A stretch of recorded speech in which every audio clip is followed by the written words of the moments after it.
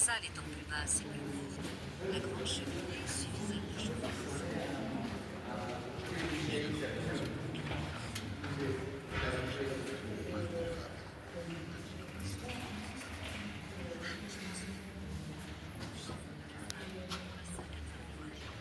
La fourchette à deux dents, la cuisine.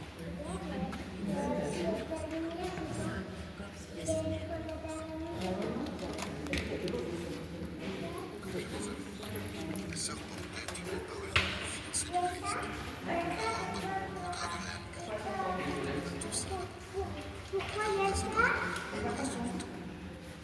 Quant à leur fameux voile, si reconnaissable, il était en toile de cambrai, amidonné et plié, posé sur un large serre-tête, appelé bandeau, et tenu par les épingles.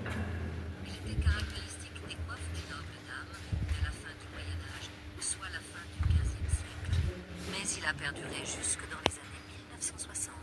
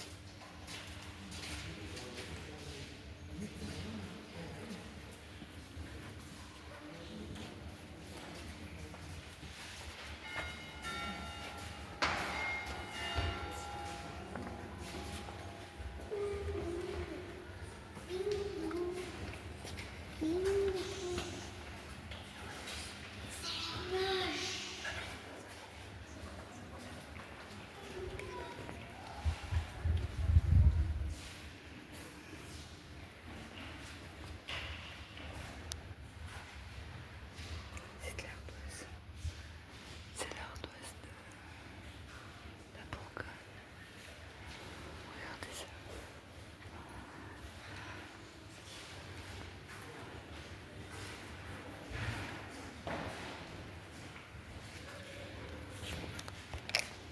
Réflexion à porter.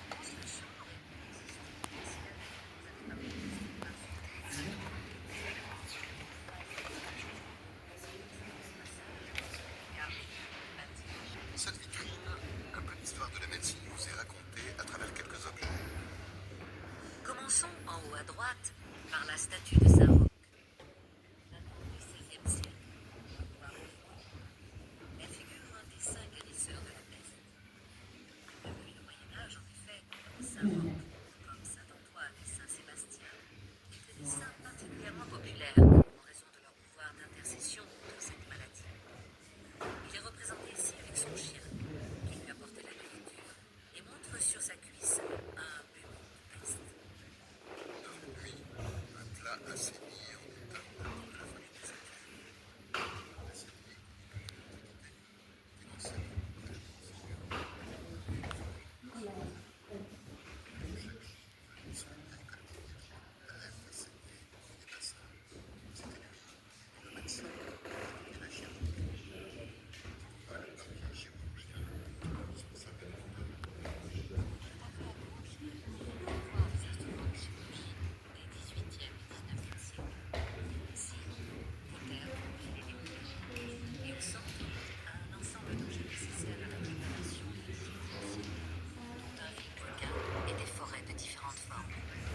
La trépanation existe depuis l'Antiquité. Elle consiste à percer un trou dans la boîte crânienne afin d'accéder au cerveau. Elle soigne les trop fortes pressions du sang et a longtemps été utilisée, pas toujours à bon escient, en particulier contre les troubles mentaux. En bas de la vitrine, au fond à gauche, une boîte à stérilisation. Et à ses côtés, un bassin avec verseur datant du XVIIe. Devant eux, à gauche, admirez le biberon du malade en argent. Un objet remarquable, car les biberons des malades ont distribution, tels des objets usuels, le plus souvent en état.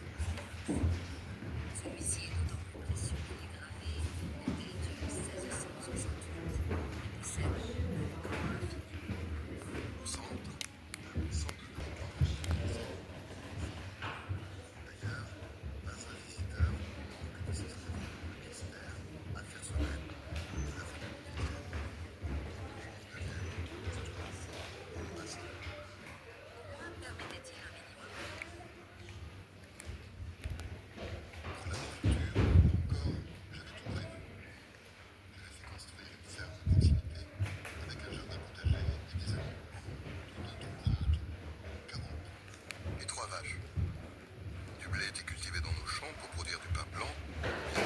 denrée précieux que le pain de seigle. Et c'est ce pain blanc que nous avions choisi de distribuer aux plus pauvres. Tous les matins, à 8 heures, devant la porte de l'hôtel Dieu. Les sœurs se levaient à l'aube, puis quittaient la nourrice, préparer les 120 repas quotidiens. Elles faisaient frire, embrochaient, activaient le feu sous les chaudrons. Qu'elles soufflaient les flammes grâce à la Qui jetée. disposait de l'abri du personnel. Mais au XVIIIe siècle, lorsqu'il fallut ajouter des espaces dévolus aux malades, votre chambre, puis la galerie qui menait au cimetière, ont été détruits. Ce passage fut construit. Il faut reconnaître qu'il était d'une périllerie infamie. Un peu avant, les édifices de la galerie avaient été magnifiques, notamment celui qui était face à l'entrée service familiale. À droite, un jardin de plantes médicinales pourvoyait aux besoins de l'apothicairerie. Et puis, il y a l'ostacule dans le jardin. C'est vrai que je suis toujours sensible à ces petites attentions de la part de Benoît, et cela de tout temps. Vous êtes modeste, ils reconnaissent votre mérite. Voilà tout. Celui d'avoir créé, il y a 5 siècles, un hôpital pilote. Vous vous êtes inspiré du meilleur de tout ce qui existait et l'avez institué dans votre chemin.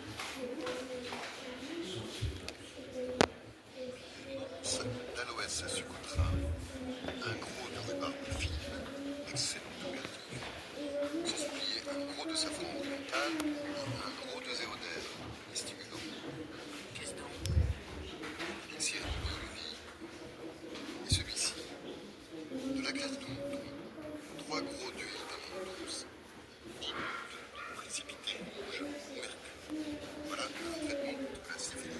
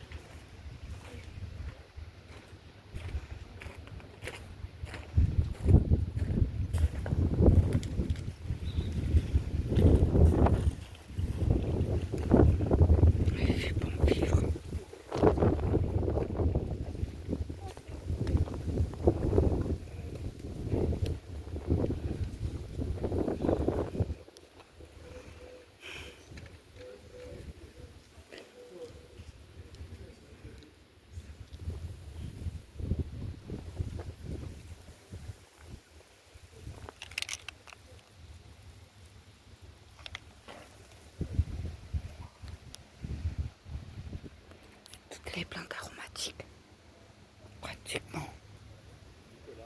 Nicolas Rollin. Nicolas Rollin.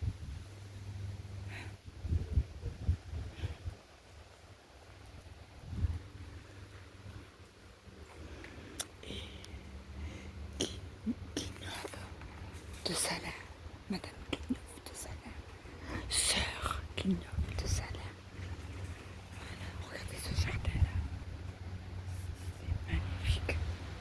Regardez comme c'est travaillé. C'est joli. Waouh.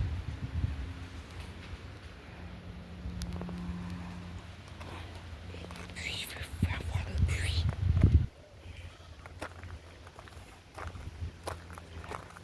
C'est un puits, je pense qu'il devait laver ou quoi. Ici.